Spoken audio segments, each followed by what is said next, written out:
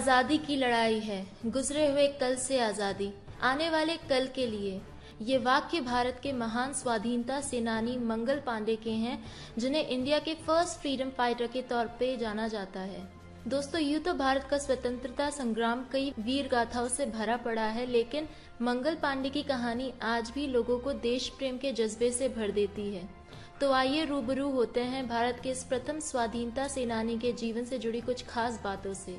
इस कहानी की शुरुआत होती है 19 जुलाई 1827 से, जब मंगल पांडे का जन्म उत्तर प्रदेश के फैजाबाद जिले में हुआ था।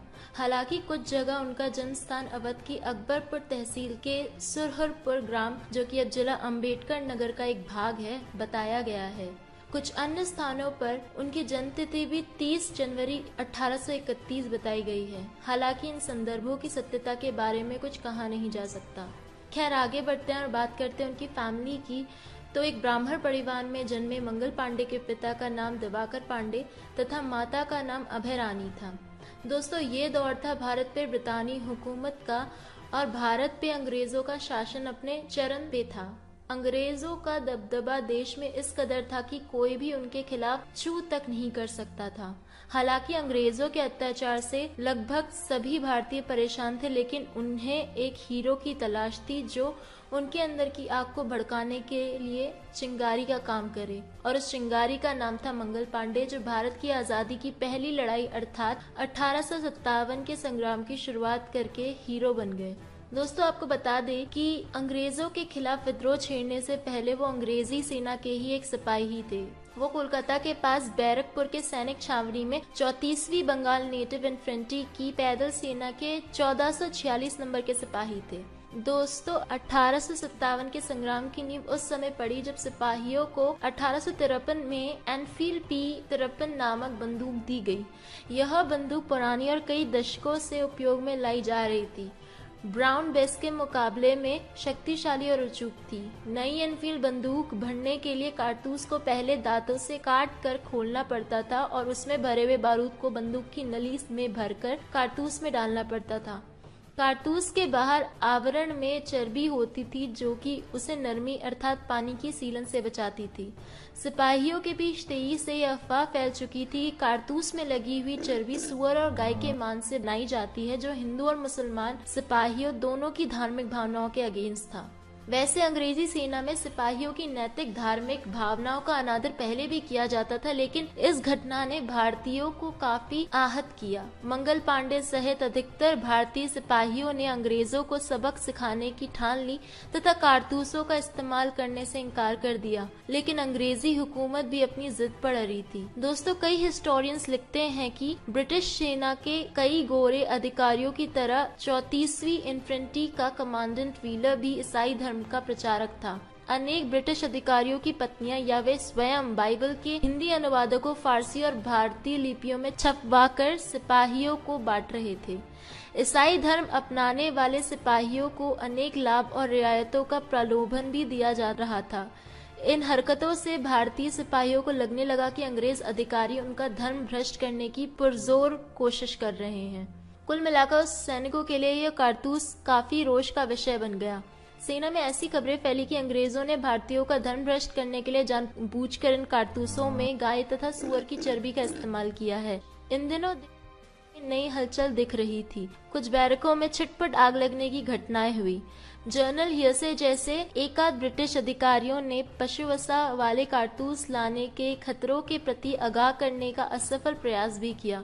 अंबाला छावनी के एडवर्ड मार्टिन्यू ने तो अपने अधिकारियों से बात के समय क्रोधित होकर इन कारतूसों को विनाश की अग्नि भी बता दिया था, लेकिन दिल्ली से लंदन तक सत्ता के अहंकार में डूबे किसी अधिकारी ने इस विचार पर ध्यान नहीं दिया।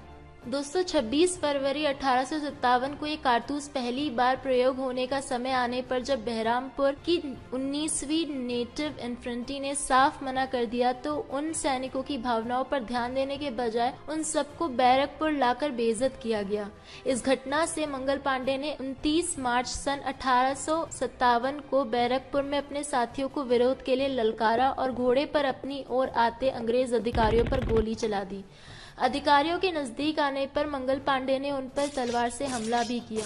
दोस्तों, ब्रितानी इतिहासकार रोजी लिल्वेरन जोन्स ने अपनी किताब the great uprising in India 1857-58 untold stories India and British में मंगल पांडे के 2 ब्रितानी सैन्य अधिकारियों पर हमला बोलने की घटना को बयां किया है। जोन्स लिखते हैं, तलवार और अपनी बंदूक से लैस मंगल पांडे ने क्वार्टर गार्ड बिल्डिंग के सामने घूमते हुए अपने रेजिमेंट को भड़काना शुरू कर दिया। वह रेजिमेंट के सैनिकों को यूरोपीय सैनिकों द्वारा उनके खात्मे की बात कहकर भड़का रहे थे। सर्जन मेजर ह्यूसॉन इसके बारे में जानने के लिए पैदल ही बाहर निकले और इस पूरी घटना के चश्मदीद गवाह हवलदार शेख पलटू के मुताबिक पांडे ने हुसैन पर गोली चलाई, लेकिन ये गोली हुसैन को नहीं लगी। जोन्स लिखते हैं, जब लेफ्टिनेंट बेनपड़े बाग को इस बारे में बताया गया तो वो अपने घोड़े पर सवार होकर वहां पहुंचे और पांडे को अपनी बंदूक लोड करते हुए देखा। मंगल पांडे ने फिर एक बार गोली चलाई और फिर एक बार निशाना चूक गया। बाग ने भी अपनी पिस्तौल से पांडे पर निशाना साधा, लेकिन गोली निशाने पर नहीं लगी। जोन्स इस संघर्ष के बारे में आगे लिखते हैं, मंगल पांडे ने अपनी तलवार से सर्जन मेजर ह्यूसॉन और बेनपड़े बाग पर हमला बोल दिया और दोनों को गंभीर रूप से घायल कर दिया। इस दौरान सिर्फ एक हिंदुस्तानी अधिकारी शेख पलटू ने आकर ब्रितानी सैन्य अधिकारियों का बचाव करने की कोशिश की और पांडे से वार नहीं करने को कहा, लेकिन पांडे ने पलटू पर भी वार किया। जोन्स के मुताबिक पलटू ने बताया, इसके बाद मंगल पांडे को मैंने कमर से पकड़ लिया। जोन्स लिखते हैं, लेकिन इसके बाद जब पलटू ने जमादार ईश्वरी पांडे को मंगल पांडे को पकड़ने के लिए 4 सैनिकों को भेजने को कहा तो ईश्वरी प्रसाद ने पलटू को बंदूक दिखाते हुए कहा कि अगर मंगल पांडे को भागने नहीं देंगे तो वो गोली चला देगा।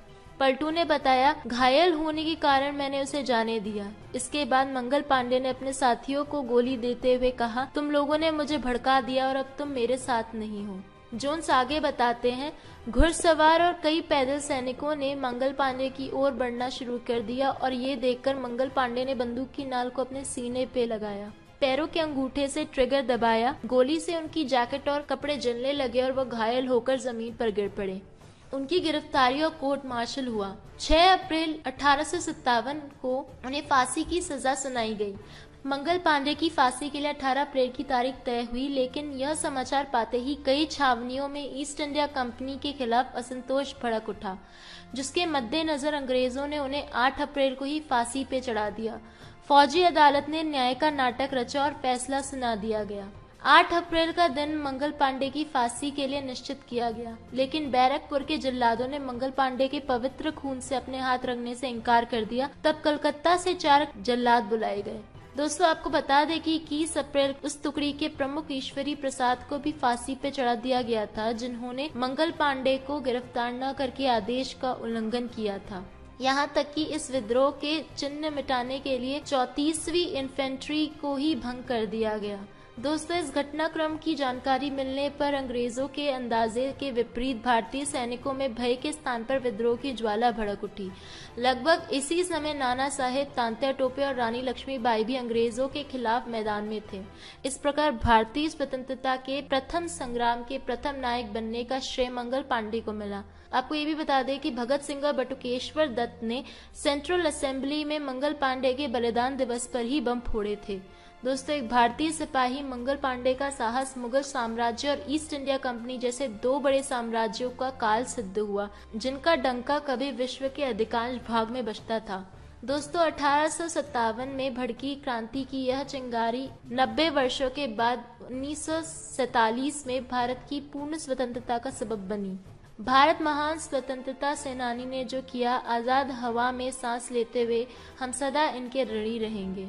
दोस्तों, मंगल पांडे तो अब हमारे बीच नहीं रहे, लेकिन इतिहास के पन्नों में वो अभी भी नजर आते हैं और भारतीय साहित्य के वो एक फेवरेट सब्जेक्ट रहे हैं, जिनके ऊपर कई किताबें छप चुकी है और कई फिल्में भी बन चुकी है, जिसमें आमिर खान की 2005 में आई फिल्म मंगल पांडे द राइजिंग प्रमुख है। जाते जाते एक अनाम कवि की कुछ पंक्तियां जो मंगल पांडे के बारे में लिखी हुई है सुनाना चाहूंगी। मैं कल भी था, मैं आज भी हूँ, हर अंधेरे की रोशनी में हूँ, देश के लिए कुर्बान मैं हूँ, भारत माँ का बेटा अमर मैं हूँ। अगर आपको वीडियो पसंद आए तो कमेंट बॉक्स में जरूर बताइएगा। मंगल पांडे से जुड़ी कोई अन्य जानकारी हो तो प्लीज हमें शेयर करिएगा। आपसे मुलाकात होगी फिर किसी पर्सनालिटी के साथ। हमारा साथ देने के लिए शुक्रिया एंड टेक केयर।